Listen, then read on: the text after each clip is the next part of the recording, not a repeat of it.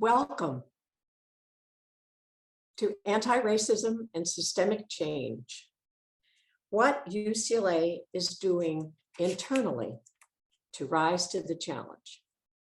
This will be an informative conversation between accomplished UCLA experts who are working internally to assess and address issues of equity, diversity, and inclusion, and make changes where needed across our UCLA campus.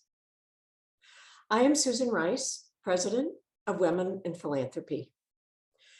Women in Philanthropy at UCLA celebrates and inspires women's giving across the UCLA campus. Within and without, we foster women's participation in volunteer leadership positions, giving to UCLA of our time, talent, and treasure. Our diverse membership gives all over UCLA. Since its beginning, our extraordinary women leaders have served UCLA on departmental advisory councils, task forces, student mentoring, scholarship advisories on the University of California Board of Regents and the UCLA Foundation Board. In 2019, we celebrated our 25th anniversary. I am proud to say we are now over 3,000 women members strong.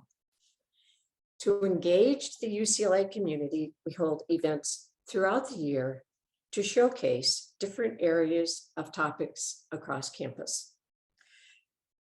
Since COVID-19 hit our world, Women in Philanthropy have provided events in this virtual format. We are scheduled to resume some programs in a live format later this spring. But we've been really delighted at the enormous and enthusiastic response to our virtual presentations. UCLA Women in Philanthropy welcomes the involvement of planning events to all our members. We'd like to include the broadest and most diverse participation from you. We would be pleased to respond to any inquiry you may have. We like to think that bringing intellectual and emotional discussion broadens appreciation of UCLA by all of us. Women in Philanthropy has been holding a series of discussions on anti-racism and systemic change. In December 2020, we had our first panel presentation on anti-racism and systemic change, how you can be part of the solution. It focused on the basic principles of what is anti-racism and how our actions as individuals can affect systemic change. Then in September 2021, the second in the series on anti-racism and systemic change was held, what UCLA is doing to impact positive changes in society. It highlighted important research that is being conducted throughout UCLA. The presentation examined systemic racism in society and efforts that are underway to address its complexities to impact positive change in the community. Both of those presentations were recorded and are available on our website, UCLA Women in Philanthropy. For this third in our series of conversations, we are going to hear about what UCLA is doing internally to rise to the challenge.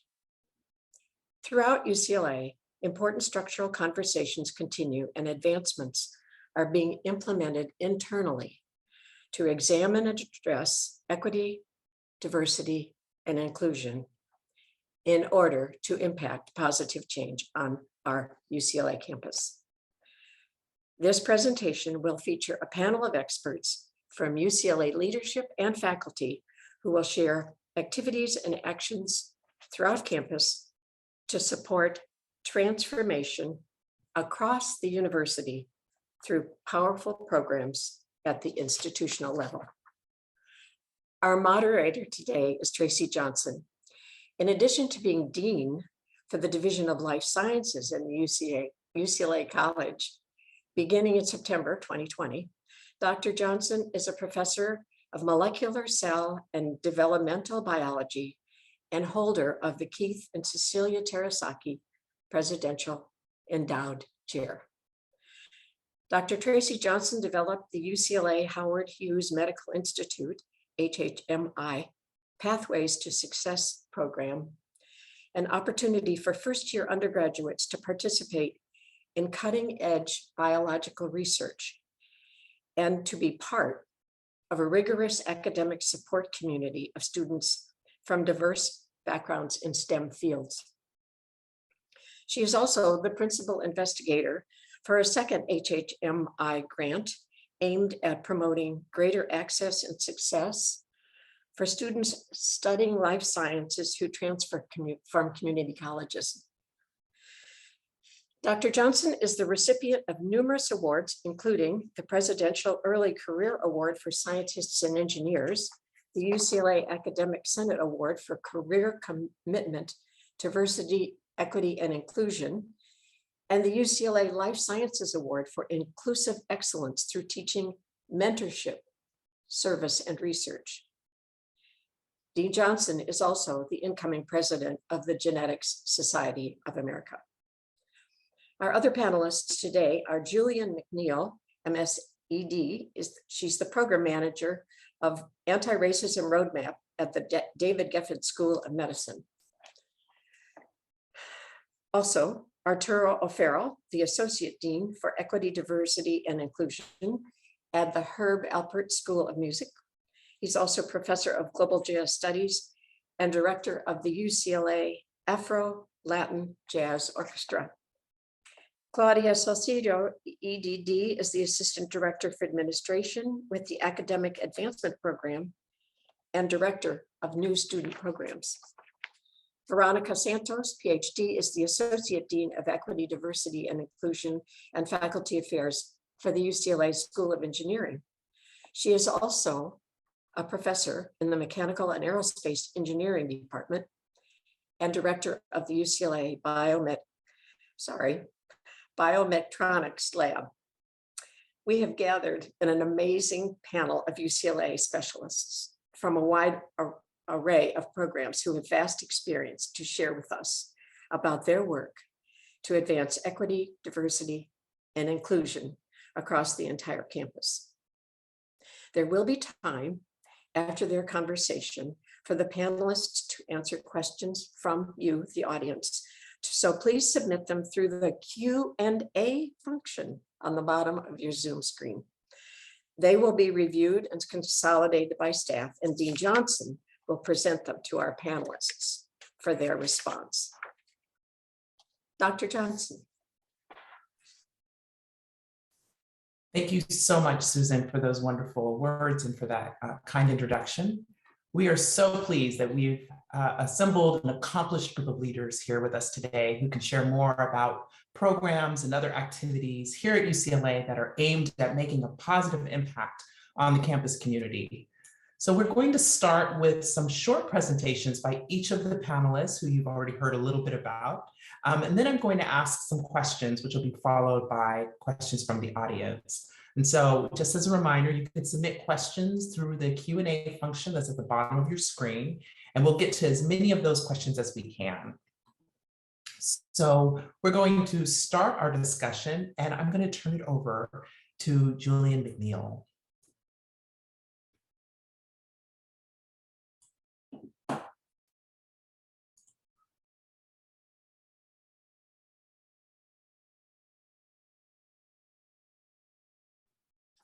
Thank you, Dean Johnson. And thank you to Women in Philanthropy for inviting me and organizing this event. I am super excited to be here and to share with you a little about the anti-racism efforts that are underway at the David Geffen School of Medicine. I'm actually going to begin by playing a short video that the Association of American Medical Colleges released in 2020 to paint a picture of the racial and racialized landscape of academic medical centers post George Floyd.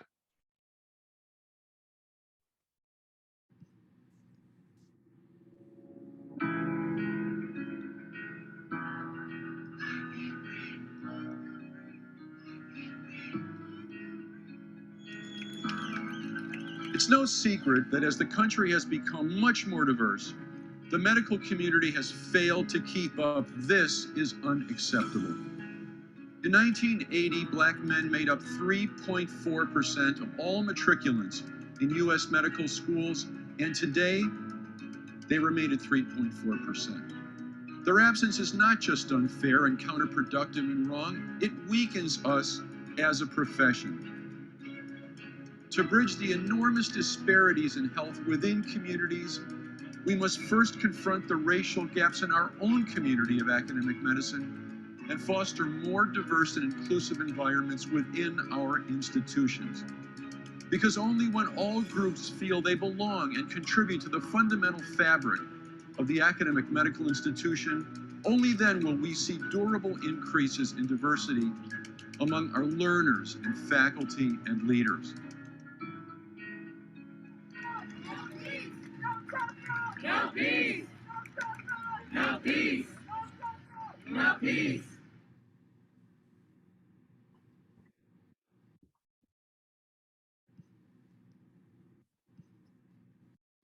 Great.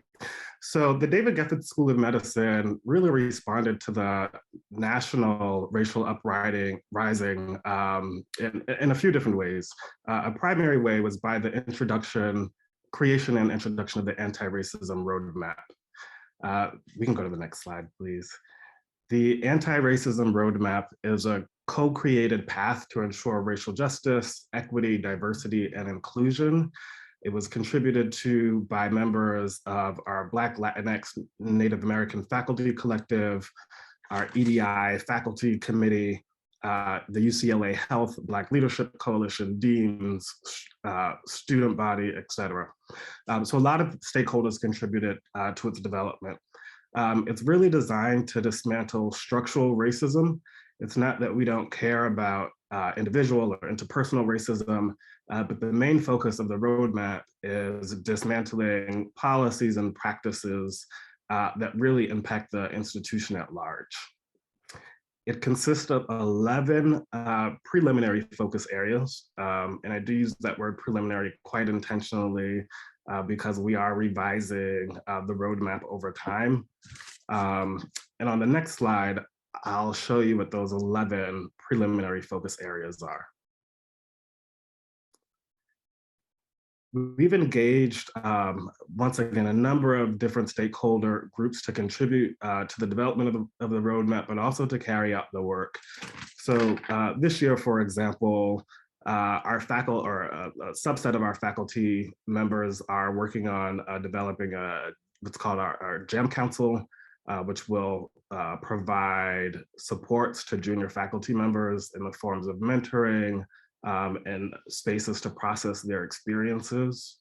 Our staff members have created an anti-racism podcast group, and that launched this year and it's being grown over the next few years. And then finally, our students have done things like designed a racial justice report card that a lot of our peer institutions use to actually evaluate us on how we're doing. We can go to the next slide. Thank you. We realized not quite a year into working with the roadmap that while the goals were ambitious and strong, that it just wasn't enough.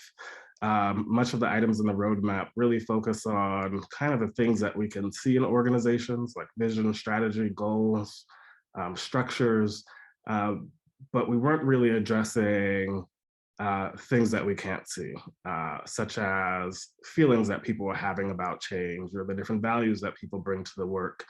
And these kind of insidious, invisible things were really getting in the way, right? Or showing up in the form of resistance in some cases. So we began to think about how we can not only carry out the roadmap, but apply more of an organization development lens to do this work. And luckily, we are accepted into a national program called the Anti-Racist Transformation in Medical Education Program. If you can go to the next slide. We can go one more slide, please. That is out of Mount Sinai, and we get to collaborate with 10 other medical schools in the US and Canada over 3 years to learn how we can really do transformational anti-racist work in a way that is both efficient and effective. On the next slide, you can see a little bit or learn a little bit more about this, this program. There are 3 components: online learning modules, coaching and feedback sessions, as well as a community of practice with our peer institutions that we get to engage in on a regular basis. Next slide, please. All right, so that's a little bit about what we're up to at the David Geffen School of Medicine. I will tell you more about our work during the next half of the program. I'll take a minute to transition to Arturo O'Farrell, who will tell you a little bit about his work. I'm really thrilled to be able to share with all of you some of the really amazing things that the UCLA Herb Albert School of Music has been doing in fighting racism and discrimination, marginalization, and bias of every sort. I won't take a lot of your time. I know we have a 5-minute time limit, but there's a lot to say. One of the first things that happened is that a graduate student by the name of Chloe Swindler during the Black Lives Matter year put out a list of things that were community building. And one of the things that as soon as Dean Eileen Strempel appointed me Associate Dean for Equity, Diversity, and Inclusion, was take this list of demands that put together by the graduate students and create a non-hierarchical, non-appointee board, a kind of a committee called the Anti-Racist and Anti-Discrimination Committee. And we started to meet on a regular basis and started to write reports and recommendations. They were immediately applicable to the School of Music and also to the university at large. And the amazing thing about this process is that we involved student, faculty, and staff, and from a wide variety of people who all got together to honestly discuss the issues of marginalization and bias within the School of Music. Well, I'm going to ask Melissa to show you the reports and recommendations that we came up with. She's got a few. We divided the committee into 3 subcommittees. One committee dealt with violence against the BIPOC community. Another committee dealt with the culture of academia. There it is. There's our reports and recommendations. The first page, you'll see it really articulates the basic movement, the basic statement of what racism is and how it works its way into our day-to-day lives as members of the UCLA committee. You can turn to the next page. So as I said, we broke into 3 separate committees: cultural violence against BIPOC, AAPI, Latinx, Jewish, Islamic communities, addressing the administration, addressing the police, and addressing the community. Then we broke into another subcommittee that was called the culture of academia. The culture of academia really dealt in a very specific way in the music school with the supremacy of white European classical music as the defining force in music. All of these were issues that Chloe had originally dealt with, asking us to examine very carefully. Then it seems to me that this is a university-wide kind of, who are we? What is our community? How do we connect? How do we communicate? And so that community, and I'll give you a small report on some of the things that we've been able to do. In terms of the culture of violence against BIPOC, Latinx, Jewish, and Islamic communities, we began to meet with the UCPD and to address some of the issues that have to do with the staging at the Jackie Robinson Stadium. We began to meet with the UCPD and began a relationship where we talk about feelings of violence and feeling fear of violence from the UCPD and the community. We also, in the terms of the culture of academia, we've begun a curricular committee that has begun to examine some of the curricular, the way that we teach music, how we teach the supremacy of European music, and what indeed makes for a educated musician, someone who knows a little bit about Japanese gamelan music and Afro-Latin music. And in terms of connection, community communication, we did something that I'm very proud of. We started a speaker series called the Still Waiting speaker series in which we invite leading members of the music community to deal with issues of marginalization within the music industry, within the music study, within the study of higher education and music and higher education.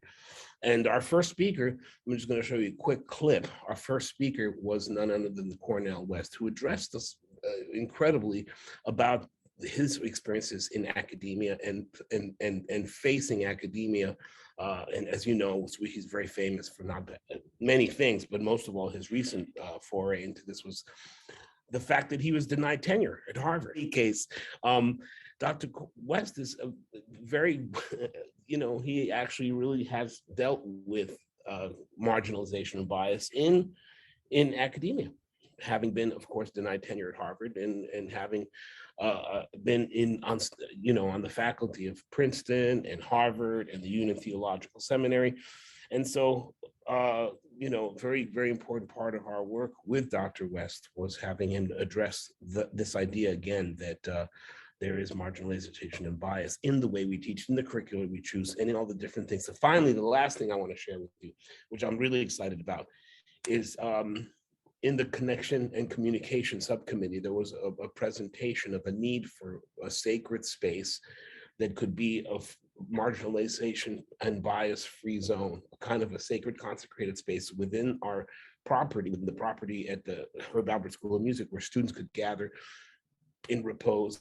There would be signage, there would be tables, and so we've actually created this space. This space is now going to be consecrated in a Tongva ceremony on March 31st, and there'll be a commissioned work by a student that will celebrate this as a marginalization, bias-free space. And so in a way, with the assistance of the dean and the school itself, the Anti-Racist, Anti-Discrimination Committee has begun in earnest to see real change in the way we deal with racism, discrimination, bias, and marginalization in the Herb Alpert School of Music. Again, it's a real privilege I'm absolutely floored that we're even talking about this. It's a real privilege to be able to address these issues. It's a hugely important part of my life and my definition of my work as a musician, as an artist. I'm also a professor in the Global Jazz Studies Department. But thank you for letting me take up so much of your time. And I want to ask Claudia Salcedo to take over at this point. Good afternoon, everyone. My name is Claudia Salcedo, and I'm the Assistant Director for the Academic Advancement Program. Let's see, I think I'm sharing my presentation. So I'm here to share a little bit about what AAP is doing internally to rise to the challenge. But I'd like to start by sharing a little bit about what we do in the Academic Advancement Program. So next slide. So the Academic Advancement Program is the nation's largest university-based, multi-ethnic, multiracial, multicultural student diversity program. So our retention program serves first-generation, low-income, and historically underrepresented students. We've been in existence for over 50 years, currently serving about 4,600 students at UCLA, meaning that 1 in 5 undergraduate students at UCLA are AAP students, and we've graduated more than 60,000 students from UCLA, making us having the best graduation rates in the UC system. Next slide. Try to get through this really quick. And I think my next slide is about our foundation, our roots. We are a product of the civil rights movement. And we were, as I mentioned, established about more than 50 years ago. And we were a product of the High Potential Program, which was a program created for students at UCLA, which provided education to Black and Brown leaders in the community, including members of the Black Panther Party. And unfortunately, in 1969, John Huggins and Bunchy Carter were murdered in Campbell Hall, which meant that the program was dismantled. And so AAP was born out of the consolidation of the Equal Opportunity Program and the High Potential Program, which were two early efforts to widen university access for students who had been historically underrepresented. And so our principles in AAP are social justice principles. Next slide. Oh, next slide. And so I did want to focus, I do want to talk about what it means, the work that we do both at the community level and at the student level. I want to focus more about what we're doing internally to rise to the challenge. And so I want to start off with a quote that I was just shared with me, something that was on Twitter, which reads as, Black people experienced so much trauma from the spike in hypervisibility in 2020, just for non-Blacks to learn absolutely nothing from it. We got a couple of, we hear you, we see you, and they just went on with the anti-Blackness business as usual. And so basically in 2020, we had these conversations about what are Black students experiencing, what are Black staff members experiencing, and everybody was so busy putting out their statements, putting out words, that wasn't followed by actions. And I want to talk a little bit about what this work means for our staff. Our staff represents, is a representation of the students that we serve. So I mentioned that we are serving historically underrepresented students that are low income, students that are first generation college students. And so, we represent the students that we're serving. The majority of our staff members, we have about 45 staff members, are former AAP students, so beneficiaries of our services, and the majority are professionals of color.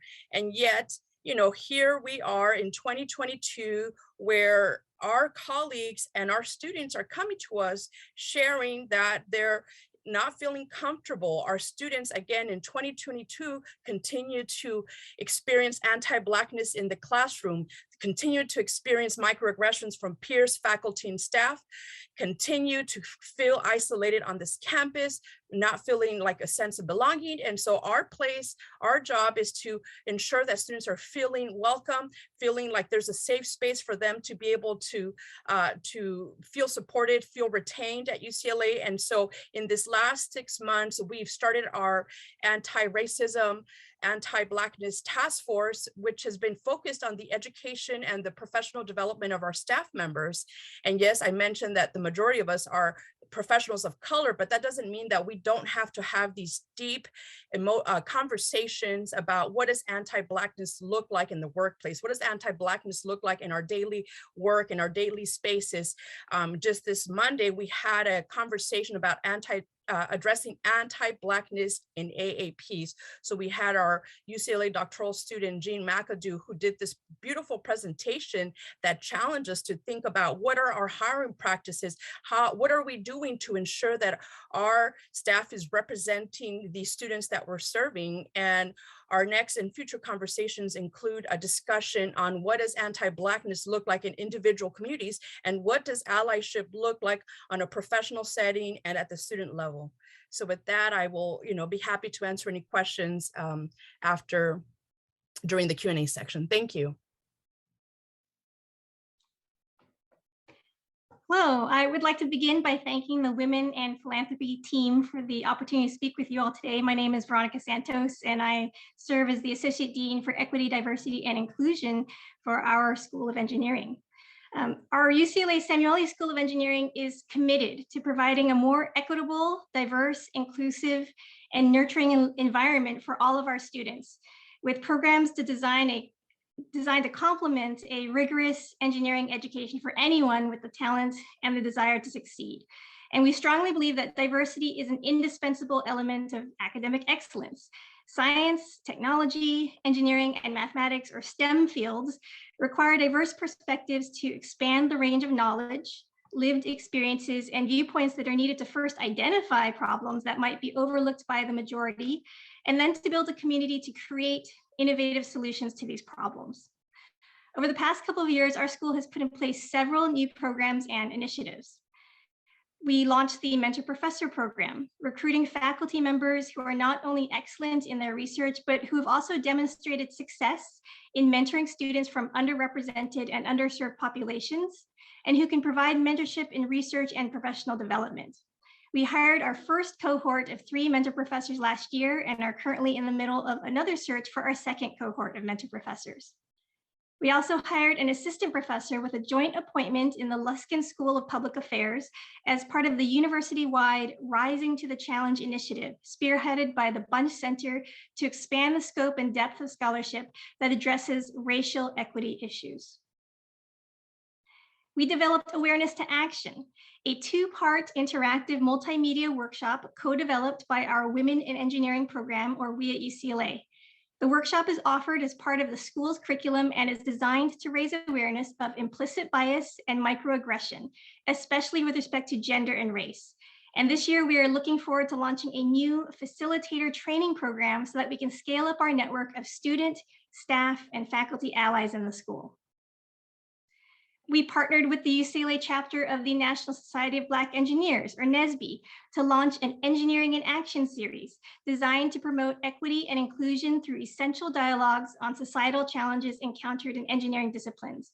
We've hosted online panel discussions on equity in artificial intelligence, transportation, and most recently on equitable access to safe, reliable, and clean water. We created the Samueli Standing Committee on Diversity, which is composed of student leaders, staff, faculty, alumni, and members of the Dean's leadership team. And through 4 subcommittees made up of both identity and affinity-based student group leadership, we aim to improve recruitment and retention for our undergraduate and graduate students, improve the diversity of our faculty, and foster a more inclusive environment in our school. Our student-run Engineering Society at UCLA created its own EDI committee, and new EDI chair roles are sprouting up in all sorts of our technical student organizations, which is really exciting to see. Over the past 4 years, we have received generous gifts to endow and create permanent funding sources for Women in Engineering at UCLA, or We at UCLA, and our Center for Excellence in Engineering and Diversity, or SEED. These programs support essential mentorship, leadership training, industry outreach, scholarships, and research opportunities for our students. We've also received generous gifts to endow a new outreach program to promote access to higher education for underserved Los Angeles area middle and high school students.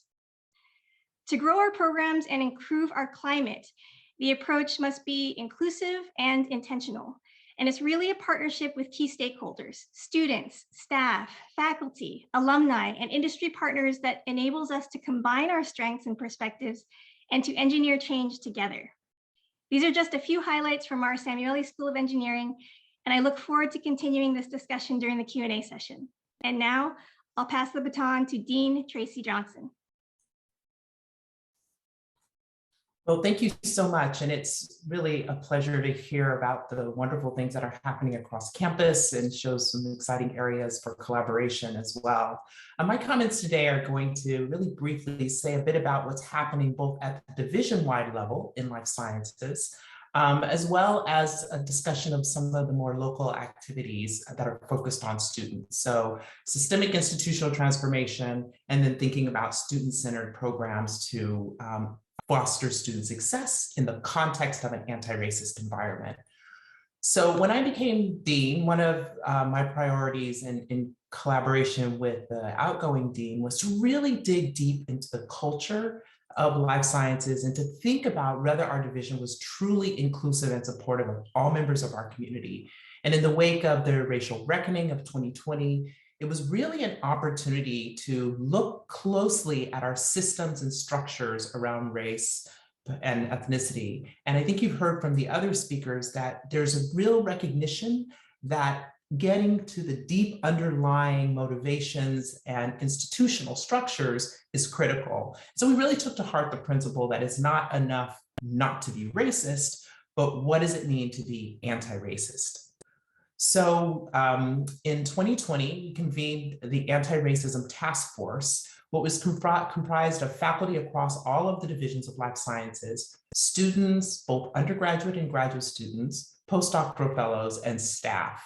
And so the task force came together and came up with a series of recommendations that were based on interviews, talking to members of the community, looking at our divisional data, talking to folks at other institutions, and looking at strategies that have been successful in the past, and really understanding what the strengths and weaknesses of those strategies are. So, for example, you heard a little bit about the mentor professor strategy in engineering, which was started in life sciences over 10 years ago. And we had a number of evaluators come and really address, are we fulfilling our aspirations, not only with diversifying the faculty, but supporting the faculty once they're at UCLA? So we spent about 9 months to examine those systems and structures. And the document that emerged from that looked at a number of things, such as our grading policies, how they affect Black and Brown students, what are those students' experiences in classes, and how is work being distributed across the division, et cetera. And so we are now, with the emergence of this extensive documentation with a series of recommendations with input from the entire community, we're now in the implementation phase, in which we're taking the findings and recommendations and looking at them at the departmental level. So each of the departments now has its own local advisory group that is taking the task force recommendations and looking at how they can be applied in the specific local context, as well as a diversity advisory committee that works closely with the dean's office to look at the details of implementation, the systems of accountability, the benchmarks for success. And so our idea is that if we have an entire community that is deeply invested in this work, then it's the first step to getting to systemic change. And so the activities associated with the task force recommendations have already started, and they're launching in earnest this spring with a number of trainings, announcement of policy changes, and incentives built in to support faculty, students, and staff who are engaged in the work. So I can give one particular example because I think it's really, it really illustrates this point. So at the beginning of the pandemic, we all had to shift to remote teaching seemingly overnight. And there wasn't really time to be intentional or to understand how that platform might be differentially affecting students, particularly students of color. So out of that understanding, we developed a program called Out of the Box. And the intention was to go to look at remote education and go from being good enough to really excellent with the lens of anti-racist pedagogy. And so with expertise in our own Center for Teaching and Learning, we provided $1,000 to each faculty member or instructor who was teaching, who would overhaul the curriculum and their class and their syllabi with the lens of understanding these differential impacts of different students and really dive in with the intentional lens of anti-racist pedagogy. And so we're now evaluating that, but one of the exciting observations is that the faculty engagement in the process of participating deeply in anti-racism work has been facilitated significantly by programmatic structures as well as incentives that align our values with what we reward. And so I'm just going to say a little bit about one of the programs that is focused on our supporting students. And it really emerged from our recognition that nationwide, the number of students who were staying in STEM was drastically different between students from underrepresented groups and students and other students, despite the fact that students were coming into UCLA with comparable GPAs and comparable indicators of potential for success. And so I'm happy to talk a little bit more about it later, but one of the things that we recognized is that it was critical to create a structure in which students could begin to feel like they were able to identify as scientists very early on in their academic careers. And so that started with having authentic research experiences in their first year, developing learning communities in which students work together on coursework under the guidance of senior undergraduates and really extensive mentoring networks. And we're excited to report a number of outcomes that suggest that this approach is successful for students, but the fact that going from 44% retention in STEM to 96% retention in STEM for students who participate in the program, it's something that we're quite excited about. So I want to just conclude by saying programs like that, which we have a number in the life sciences, are not about fixing students or assuming that students are the problem, but really fostering a sense of identity, scientific identity for students in an environment in which we're laser focused on being inclusive and anti-racist. So, and hopefully there'll be opportunity to talk about more such strategies across the university in our Q&A section. So with that, I'd like to remind the audience that you can submit questions through the Q&A function. And I'm going to start by asking a few questions to our panelists. If our panelists can, looks like everybody is visible now. And so why don't we just get started with one of the questions that really struck me, and I can perhaps direct this question to Arturo. One of the things that struck me is as you're rethinking sort of what is considered the canon of music, I'm curious whether there was any resistance of a sense that the sense of resistance, rethinking, you know, what is it to have a well-rounded view of musical education? That's a very, very good question. And I think that what we did find resistance, but I don't think the resistance was so much about being entrenched in your discipline. Sometimes we found resistance was just about faculty not feeling that they're prepared to deal with other interpretations of what a good musician is. You know, it's nothing less than being a fully educated musician. Yes, you must know your instrument and the history and the canon of all different kinds of music. Personally, I think a violinist can only benefit from learning about quarter tones and ragas and you know. So I really believe that instead of fearing change or fearing having to rethink how we teach, we just need to really understand that there is a central core kind of curriculum that music can be taught in, from which you can spread out to the other disciplines. But we're working to define that central column that really you can spring out from, but that really represents a well-rounded student who knows as much about, again, about music of the world as they do about music of Bach and Mozart and Beethoven, and of course jazz and Latin music and all the music that we love and grow up with as well. Thank you so much, Arturo. That was a wonderful, wonderful answer. And I think it gets to the challenge of making sure our faculty and instructors are prepared for the work ahead. And that leads me to a question that was asked in the Q&A, which I think is wonderful. And I'd like to maybe pose it to whoever wants to respond to this. The Q&A, the question / comment is, thank you all for your hard work. Can you please share how you manage to do this type of work, as well as your other work, such as teaching and other duties? Do you get release time? What do you take off your plate? And this is a wonderful question, I think, especially for trainees who are thinking about how they want to incorporate this important work into their future as researchers or whatever their professional aspirations are. So maybe I'll just I'll open it up. Whomever wants to dive in. I can jump in. I would say that the only way that this is possible is having institutional support from our department and our school.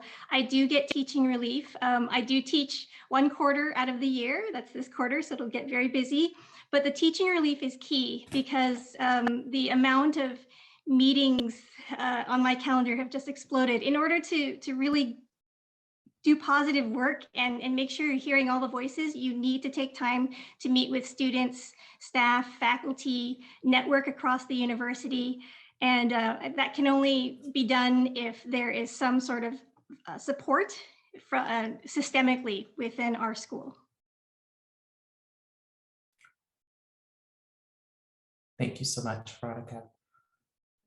And I will, oh, Claudia. I was going to answer is that, you know, in our department, since we're all professionals, some of the staff members are faculty, but for the most part, as you can imagine, as professionals of color, we're already managing multiple responsibilities of mentoring, supporting students, And so, no, we don't get any release time, but what needs to happen and what we've made a priority is to put time aside ahead, in our quarter. So while we do have many meetings, in every single meeting, we have to integrate these conversations about anti-racism, about what we're doing to learn to become better professionals or better at serving our students, and to be able to empathize and to really sit with what our Black colleagues are experiencing. I mean, that's really what it comes down to. So we just put time aside in each of our meetings, and we've dedicated ourselves to these conversations.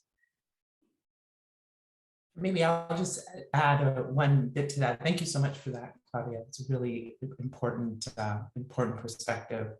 But one thing I will add to this is that I think there's a growing movement to really evaluate service and activities that are geared towards supporting diversity, equity, and inclusion, and really do an assessment of who's doing that work to ensure that there's an equitable distribution of the work. And also for folks who may not have the lived experience, that they have the education and the capacity to engage effectively in DEI activities. And I know some of the faculty will certainly be aware of this, but there's been an increasing movement to incorporate recognition of contributions to diversity, equity, and inclusion in the academic personnel process, so that it's not simply hidden work that people are doing without recognition, but that it's really empowering the entire community to get involved. I'm going to move to another question, really great question. And so, Julian, in your presentation, there was a map referring to work that UCLA is doing with other universities. The question is there an advantage of doing this work with historically Black medical schools? And what kind of work might be happening in the School of Medicine that engages with historically Black medical schools? Right, that's a great question. I think that there's a lot that we can learn from historically Black medical schools for sure. As of right now, so we just joined this program. The universities that are involved are very diverse in terms of when they were founded, where they're located, and their approach to medical education. So there's a lot that we can learn from that space too. I think there's an opportunity to strengthen our relationships with historically Black medical schools. I'm not aware of any that are a part of the program that I talked about earlier through Mount Sinai. But it's also very tricky work. Historically, we have at least attempted to learn things, and I won't single out historically Black medical schools, but from other organizations, and I found it very challenging to take best practices from other institutional contexts and kind of apply them to our institutional context. There is work to be done to think about how we can transfer some of the practices from other institutions into our own institutional context so that they are effective. Wonderful. Thank you so much, Julian. So this is, I think, a general question that I will pose to the entire group. And I think I use Julian's example, presentation as an example. You know, there's been a lot of discussion of these very high level initiatives. We've heard about from Arturo, from Life Sciences, from Julian, that there are high level roadmaps of the the plans for the future to pursue an anti-racist agenda. One question that comes up is, how do we go from these large institutional initiatives to action on an interpersonal level? We know that a lot of the destructive behaviors that people experience are experienced on the personal level, the one-on-one, these interpersonal interactions. So how do we go from that to people's behavior in the workplace? I'd like to take a stab at that if I can.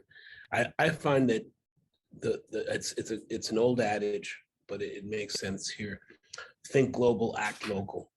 Just, you know, right in the center of your office, in the center of your classroom, if you see something, act. If you see something inappropriate, if you see marginalization or bias, say, no, that's not cool.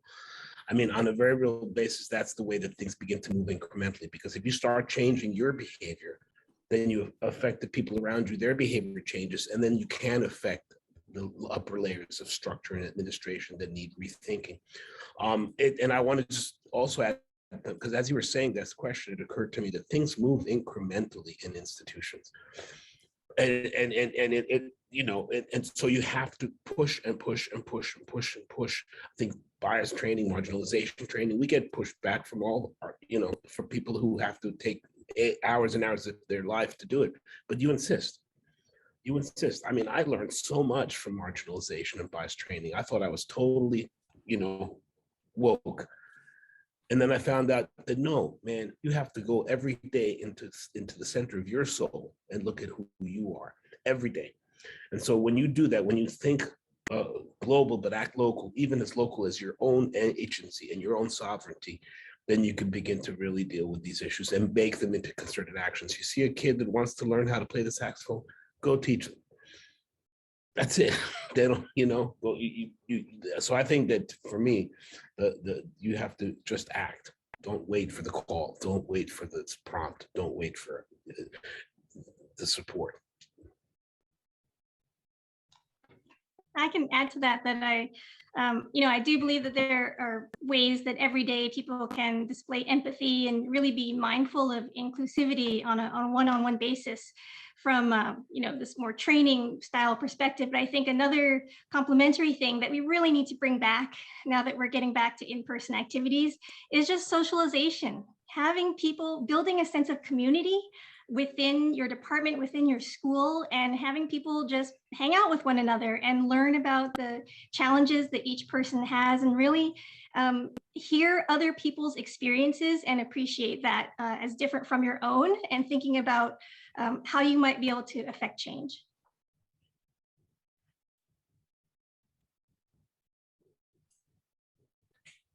Great. And if I can just add one last bit to that, it follows from Veronica's comments. Sometimes when things happen, when there are these moments of friction, when there are microaggressions and we're witness to those, it's hard to know what to do in that moment. And I don't know if you all experience this, but there are times when I go home and I ruminate and think of all the things I could have said that I didn't say, or could have done that I didn't do. So one of the things that I think is becoming increasingly powerful tool is to have training where people practice intervention.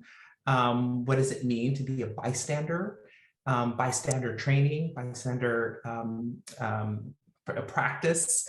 And that way, when the experience happens in the moment, it feels less disorienting, and you've already sort of practiced what to do in those circumstances. So I think that's one of those tools in the toolkits that takes training perhaps to the next level. So another question from our Q&A. Let's see.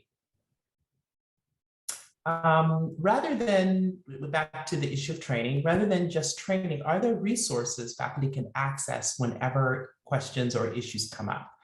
And is there a mechanism for integrated collaboration between faculty and students?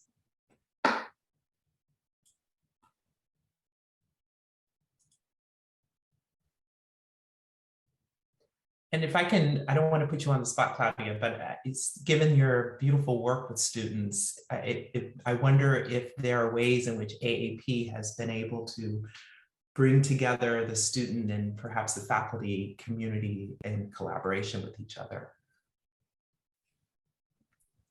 I think that the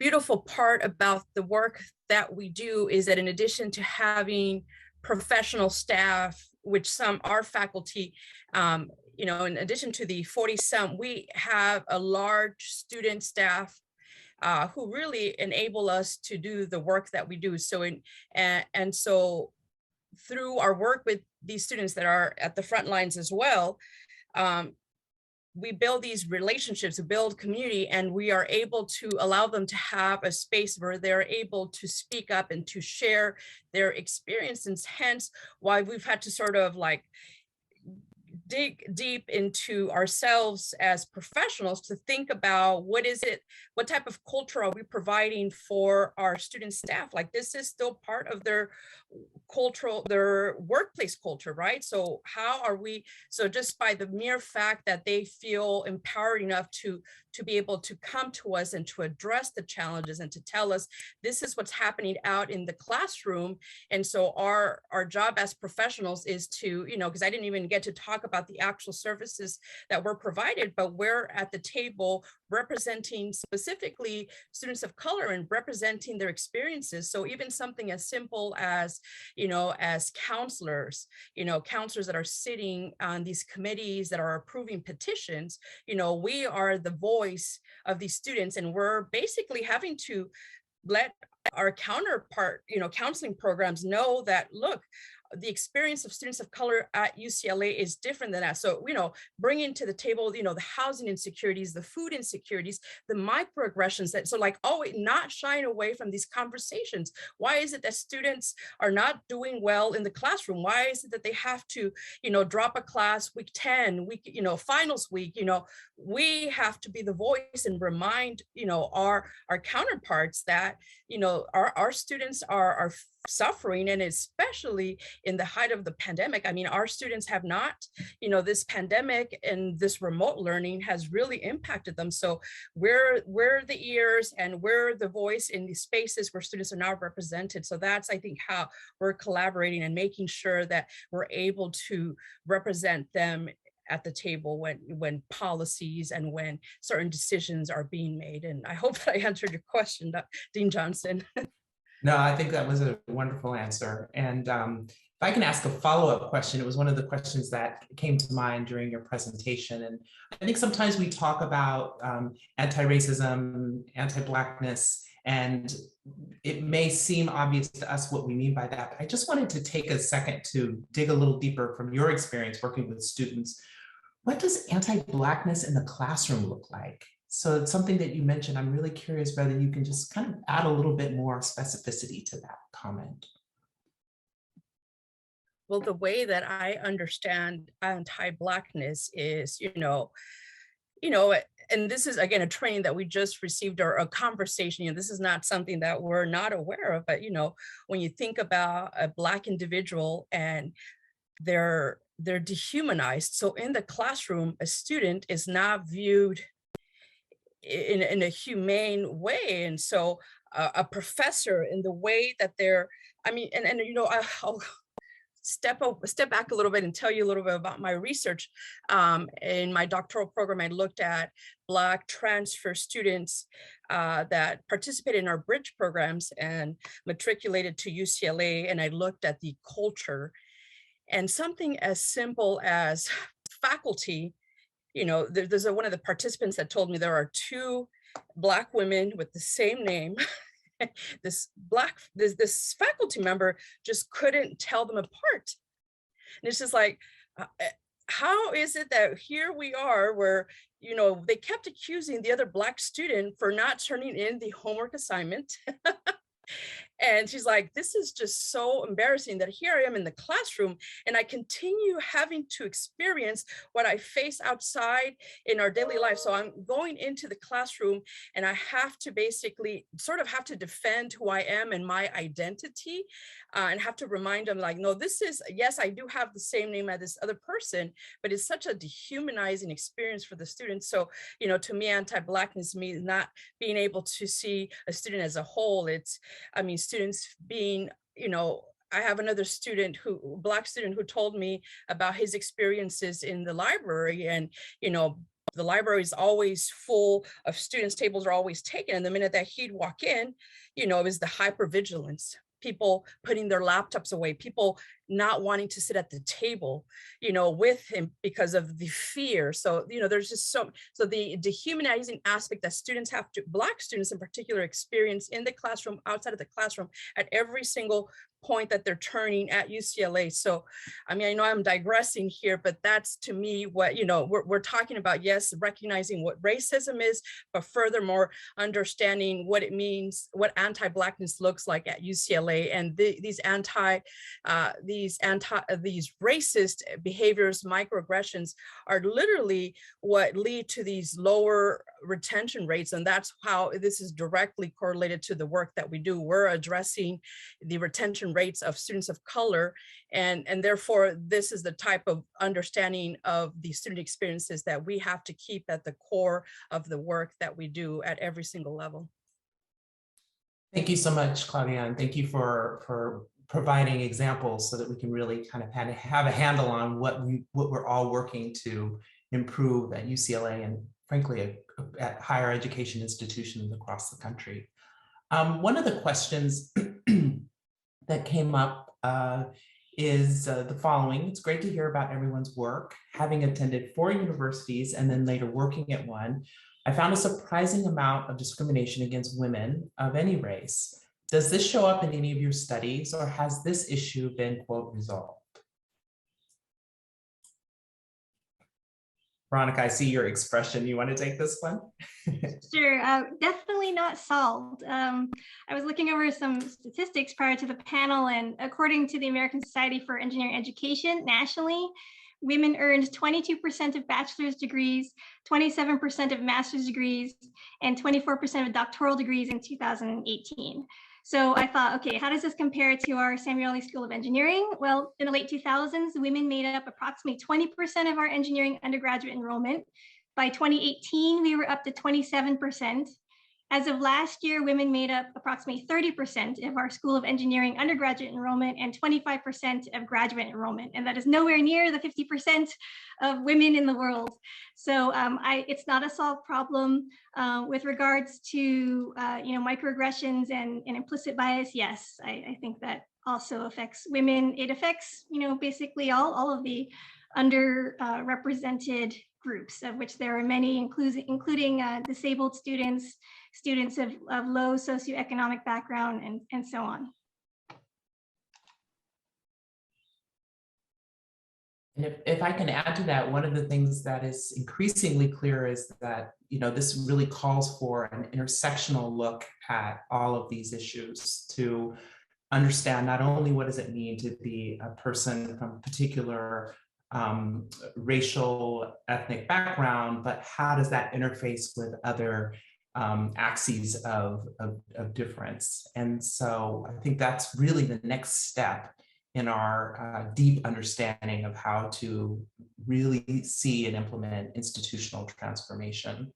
For those of you who might be familiar with, there's a report about the status of primarily focused on faculty and faculty of color at UCLA. It's a Moreno report, and one of the findings from that report is that the most frequent issues around discrimination were happening with women of color, particularly Black women. So that's to the point that not only are there racial aspects of it, but there's clear issue as we look closely at the intersection of race and gender. Let's see. So I'm just trying to monitor.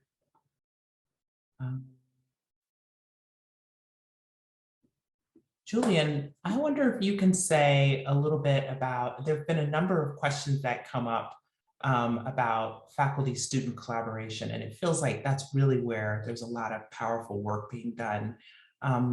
Before we move too far away from that, do you have something to share from the School of Medicine perspective?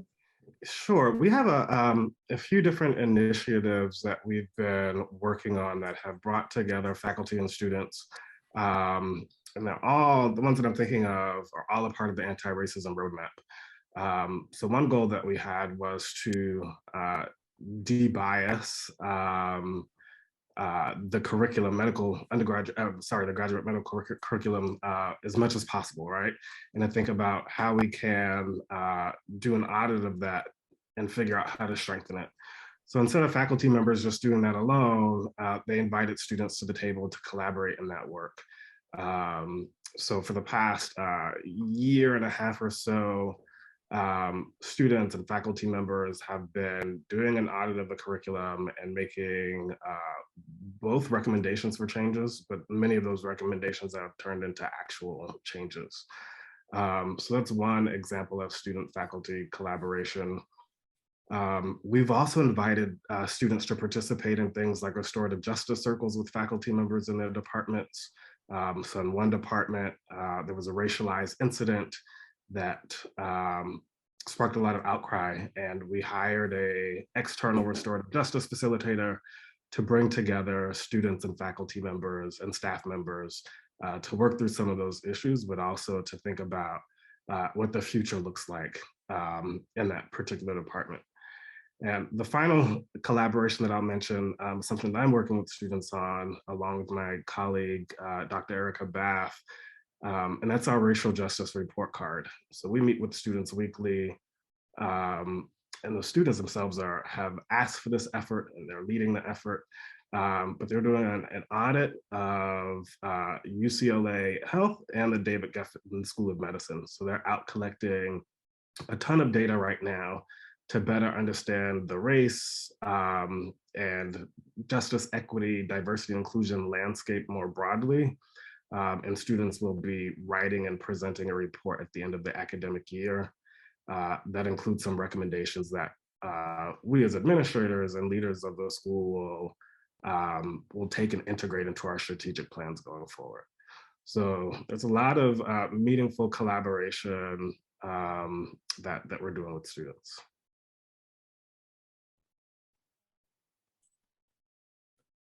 Wonderful, thank you. Thank you so much, Julian. You know, one of the issues that has long been in play, you know, has long been just an endemic challenge in this country, but I think has been really brought to the forefront in the last couple years, is the rise in anti-Asian hate and anti-Asian hate crimes. And I thought, can you all maybe say a little bit about, in this work to increase inclusion, equity and inclusion, and diminish violence for students from diverse backgrounds, or students, faculty, staff, everyone. Can you say a little bit about what UCLA and maybe your particular units are doing to address anti-Asian hate?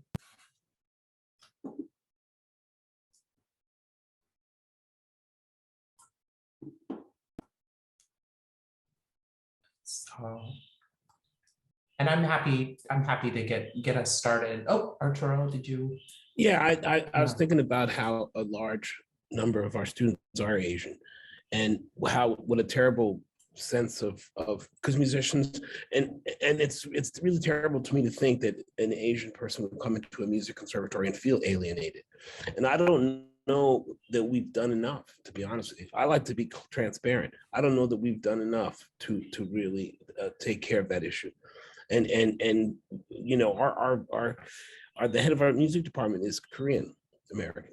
And it's like, it's really incumbent upon us. And I'm glad you raised this issue, because I think that it is, amongst others, groups that are biased and marginalized. It's really hard for me to understand how in the music world we can have bias against Asian people, AAPI people. I find that very disturbing.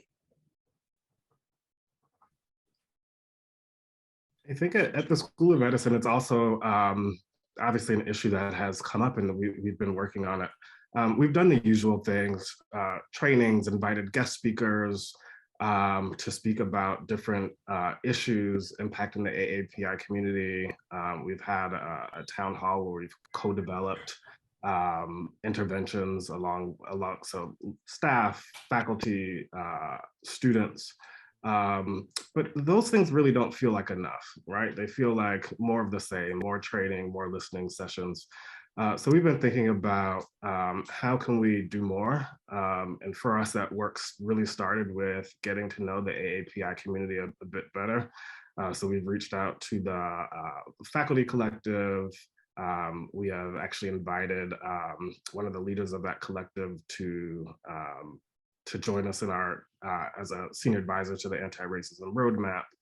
And I think in listening, at least for me, it's been really helpful because we can't treat all groups as the same. And one thing that we've heard loudly and clearly from the AAPI community is not only the issues of violence and threats like that, but they're also, at least some are quite concerned with opportunities for advancement and leadership. So we've been thinking about how can we create pathways and really not, I want to say mentorship, but it's beyond mentorship because there are systemic issues at play. So how can we do things as an institution to make it easier and fair for members of that community to advance in leadership? So it's a lot of, at this point, a lot of understanding the problem, listening to narratives, listening to needs, and then collaborating to generate both structural and interpersonal solutions. I would say from my experience, thank you for that, Arturo and Julian. Last year, when there were a series of extraordinary town halls, really powerful, really led by many of our scholars in the AAPI community here at UCLA, and of which we have an extraordinary wealth. I think it was really powerful to hear what the experiences are, what the challenges are, what the weaknesses in response have been, and taking that and taking it to the next step to incorporate those issues into all of our roadmaps, all of our strategies for future progress, I think is really, really the step that we're at now. The student groups have been incredible at pushing us forward and recognizing the places where the API community has been overlooked in leadership, in admissions and retention, in equity and hiring, salaries. And so I think now the light being shined on those means that the policies, practices, and traditions that have led to the trends, I think we're in the position to examine and dismantle them.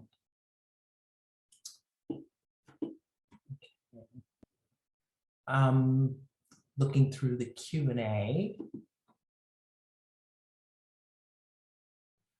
This is an interesting question. Let's see. In terms of DEI, is it appropriate to say that change is slow? That does not suffice for people who have experienced the brute end of racism and discrimination, and implies that suffering is worthwhile because change will eventually come. And that doesn't sit well with me. That's the questioner's comment. So as members of the panel who are deeply engaged in this work and recognizing that change is not always immediate, how do you rationalize that or think about that in the context of the urgency of change? It's funny.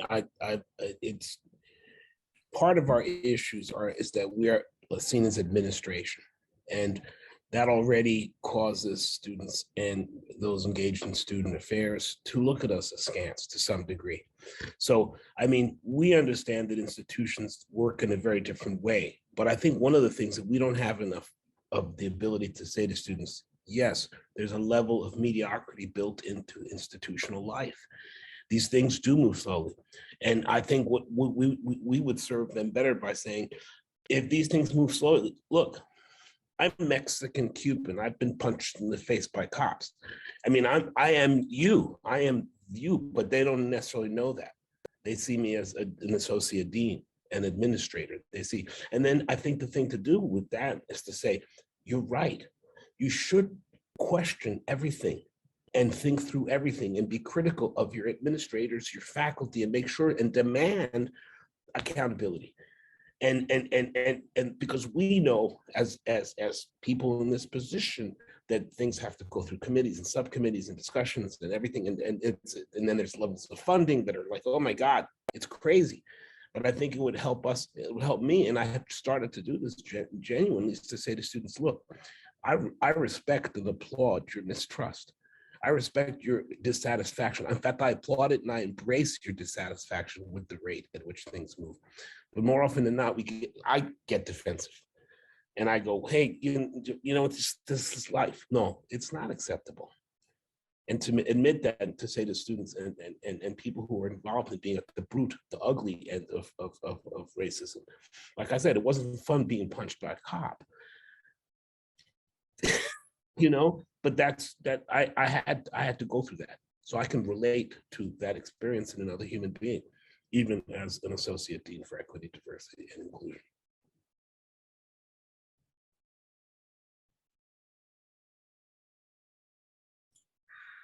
Thank you, Archulon. And if there are any other comments from the panel, I think this is one of the things that we all struggle with, that we're deeply committed and passionate about things moving forward, about being in a better place than we are now. But it does seem as though change isn't as fast as any of us would like. And so just your own personal grappling with that is there. I really appreciate your comments, Arturo. Anybody else wants to add, that would be great. I just wanted to echo what Arturo is saying, and again, going back to our roots in the civil rights movement and being a direct product of student activism.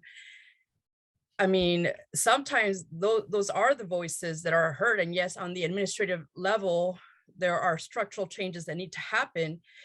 But I want to recognize the work of students, because students have done so much to transform our institution. I mean, part of the training that we also put our students through is the People of Color Tour, to recognize, yes, UCLA gives this tour of what UCLA is, where the buildings came from, but at the core of who UCLA is student activism. Students have rallied around, the repeal of Standing Policy 1, Standing Policy 2. Students were the ones fighting for the establishment of the Black Ruben Resource Center. Students have fought for years to change. And so really the voice of students is so powerful. And why that's a beautiful thing, but at the same time, it's a challenge, because as a retention program, students basically have to take time from their studies, from doing what they need to do to excel, to be able to do the work of the institution that the institution is not doing to support them. So, I just wanted to sort of, recognize the work of students and how they've basically allowed us to advance, in many of the different movements in the access area, in the retention area. And so, to me, the students, play a tremendous role, and sometimes are heard, and their action, their voice and their advocacy may lead to results a lot quicker, but it is the irony, right? Because they're here as students, and that's what they should be doing, studying. So. Thank you so much, Claudia. Julian. Yeah, I was going to say, I mean, you're right. I had to think about this for a while. It's a tough question, and I think there's a tension that exists between urgency, but also being thoughtful with at least planned change efforts that I experience on a daily basis. How I think about it is, I think it's important to keep in mind that there are different types of change, right? Like there's technical change. We might think about changing the way that we hire faculty members or admit students. And that can be accomplished quite easily, right? We can usually change policies or practices, but then there's also transformational change, which is much deeper. It requires us to really change the very fabric of institutions. In my experience and from my studies, that type of change typically takes longer, right? There's a lot more to undo. So I keep that in mind. I guess my general approach is to really think about keeping in mind that transformational change might take longer. What are ways to still reduce harm in the process, right? Like what are the technical changes that we can make along the way so that minoritized individuals are not still experiencing university life the way that they have been experiencing it? How can we make things a little bit better in the short run while still working to change the fabric of the institution in the long run?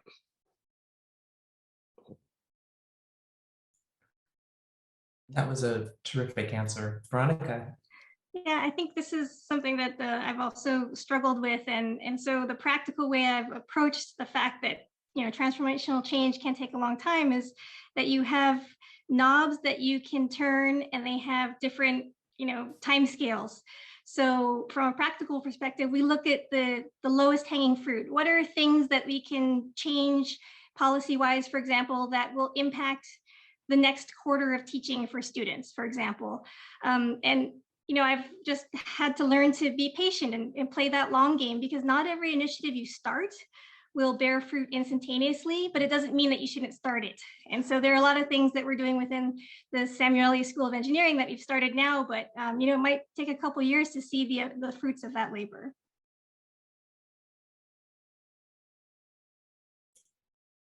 And I think on that note, I think what a wonderful way of ending both with the seriousness of this discussion and the hopefulness of a future where we can really see the reality of what an anti-racist institution really looks like.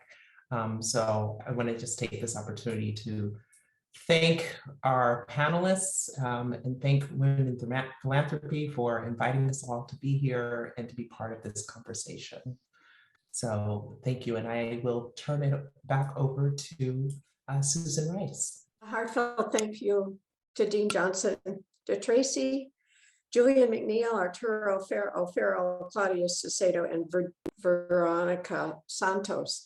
I want to say many of us are so appreciative of all the research that comes out of UCLA. And today, the passion that your faculty and administrators care for our students reinforced in me, and I think many of the audience, that the students are really the most important part in how to deal with them and enable those very, very bright and capable young people to move forward in life and benefit from all that higher education at UCLA has to offer. Anyway, we're very grateful for the time and treasure that you and the sharing that you provided to us on behalf of UCLA. Making a positive impact to address systemic change. And I really appreciated especially that discussion at the end about change. Why is it slow, and what can we do, and how to take part in all that. So thank you as well to Women in Philanthropy, members of the UCLA supporters who are participating in our webinar. Also, a tremendous thank you to Melissa Delgadillo and her team, who do all the things behind the scenes, including Juan Mejia and Lauren Gutierrez. And also a great appreciation always for our Women in Philanthropy staff, our director, Melissa Efron-Hayek, and our program manager, Betty Montano. Thank you so much. Happy springtime.